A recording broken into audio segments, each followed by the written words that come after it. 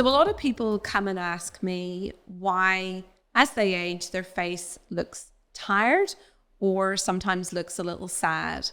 So a lot of you know me as a GP, and a lot of you also know me as an aesthetic medicine practitioner. So I've obviously got an interest in facial aesthetics. So I thought it'd be really helpful if I explained to you what's happening to your face as you age. Most people know that their skin is starting to feel a little bit thinner or saggier or wrinkly, but really the issue is so much more than skin deep. And I'm going to dive right to the further extreme in your body, and that's your bone. So you probably might be surprised to realize that actually as you age, there are some pretty major structural changes that happen within your face, and you get quite predictable bone resorption from certain parts of your face. That is more extreme in some people. There's definitely a genetic element to it. If you don't have a great diet, or you're a smoker, or you have issues with your teeth and have had lots of teeth extracted, that's going to accelerate these changes in the structure of your face. But if we think about the eye area, the orbit or the eye socket, so the hole that your eye sits in, becomes much wider as you age. And that's one of the reasons why you will start to have that sort of dark, sunken, tired appearance. Sometimes it's absolutely nothing to do with tiredness. Sometimes a bad night's sleep is going to have made it worse, but sometimes it really is a structural issue. So if we think about the bone, you're losing bone across the cheek. The cheek becomes much flatter as we age, and therefore this is having an impact on the overall structure of the face.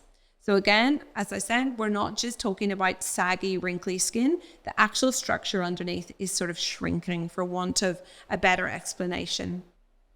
You also get a change around the jaw and the bones that are holding your teeth, and there's resorption there as well. So really there's a lot of structural change, and you begin to see that on the outside. You can't really see it on the inside, but you see it on the outside when you're starting to get your jowls and you're starting to get this sunken eye appearance.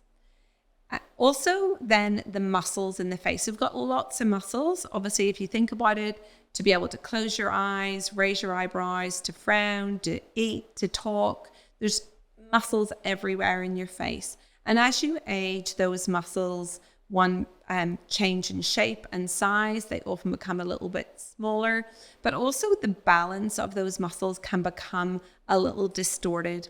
So often people will come to see me because they feel that their mouth is now turning down, and this because the muscle here in the face is actually becoming stronger. So instead of the mouth sitting in a nice neutral pattern, you're now getting this downturned mouth effect. And again, this is because there's changes within that muscle. Also within the face, you mightn't realize, but you've got these fat pads. And think of a baby, a nice chubby baby. They've got these really juicy, lovely fat pads in their face. They do say it's your fat pads that really help make you beautiful. As you age, those fat pads do shrink and get a lot thinner, but they also can slip and move within the face. And that also then contributes to that facial appearance. So again, if we go back to the eye area, that fat pad underneath the eye area can shift and change and give you an eye bag or make you look like you've got a very hollowed appearance. So really there's all these layers that are contributing to the facial changes that you're seeing in the mirror. And then of course everyone's heard of collagen and elastin, and people are drinking collagen to try and improve the collagen in their skin.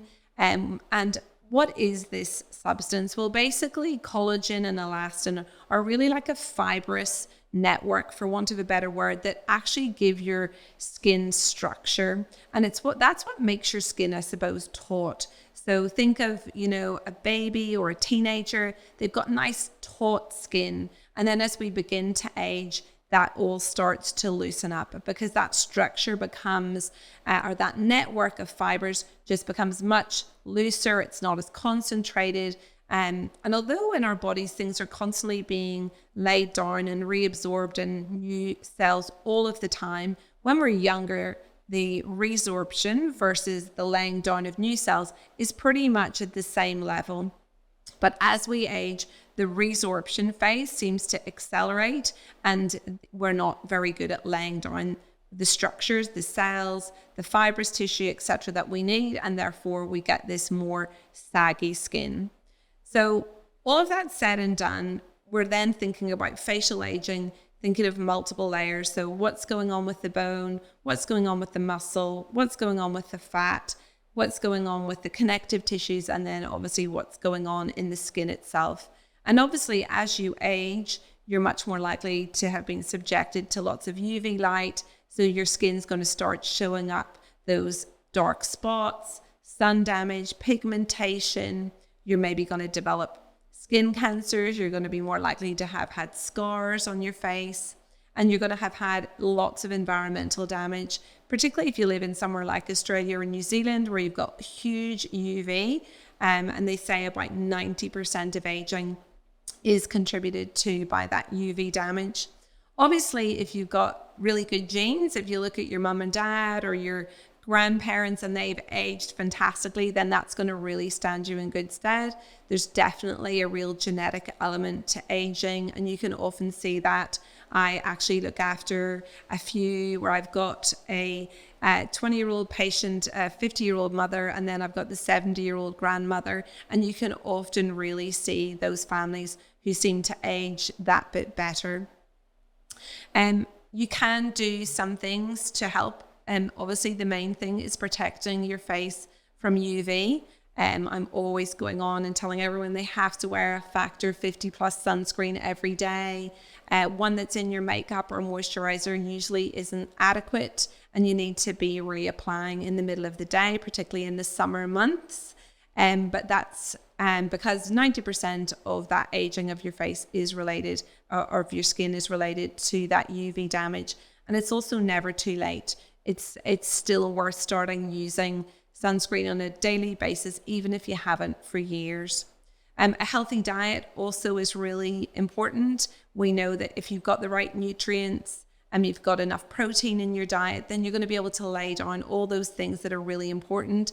Having enough calcium and vitamin D, getting enough exercise is really important.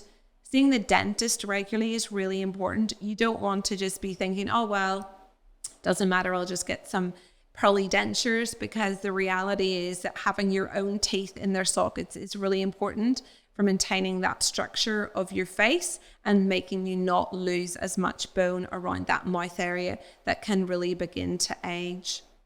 One of the other things that people get because of the bone resorption is that heaviness around the eyelids. So we do get a change in the bony structure over the eyebrow, and that angle changes, and then you get this sort of shifting of the skin, and that combined with changes in the skin laxity and some shrinkage and loss of muscle in the temples all contributed to that droopy eyelid look, which sometimes people need to have surgery for because it's actually impacting their vision. Particularly even when they're driving, they'll realize after they've had their surgery to fix their eyelids that actually, gosh, they weren't really seeing the peripheries very well at all. So in summary, facial aging, or if you're feeling like your face looks a bit sadder or that looks tired, it is because of lots of structural changes. It's not just that your skin's a bit old, it's that lots of things are changing beneath the surface.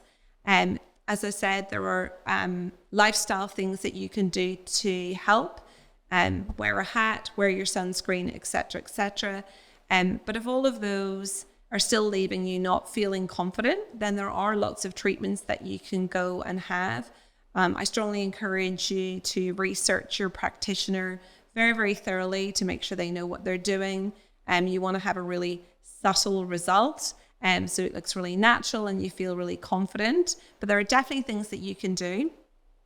The other one last thing I want to mention is that in the perimenopause and menopause, the dropping hormone levels do accelerate this aging really across all the structures of the face. Estrogen really has an important role to play in bone, muscle, connective tissue, and even the hydration of the skin. So lots of menopausal women will notice quite a dramatic change. They feel like they literally aged overnight. And while it's not been quite an overnight process, there's definitely an accelerated phase of facial aging at this period of time. I hope this helps you understand what is actually going on in your face and why perhaps you don't maybe recognize the person in the mirror. And that also there are definitely things that can be done, but it is more than just usually popping a cream on your face, because the changes really are much deeper than your skin. That's not to say that great skincare doesn't help as well, of course. Anyway, I hope this has been helpful. I do think that lots of people are very, very surprised when they realize just how much the skeleton of their face and the muscles and other layers of their face change as they age.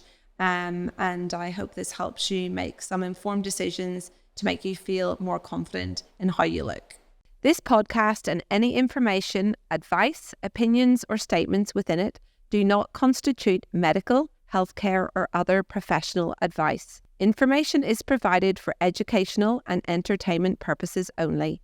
If you have any health concerns, always consult your doctor.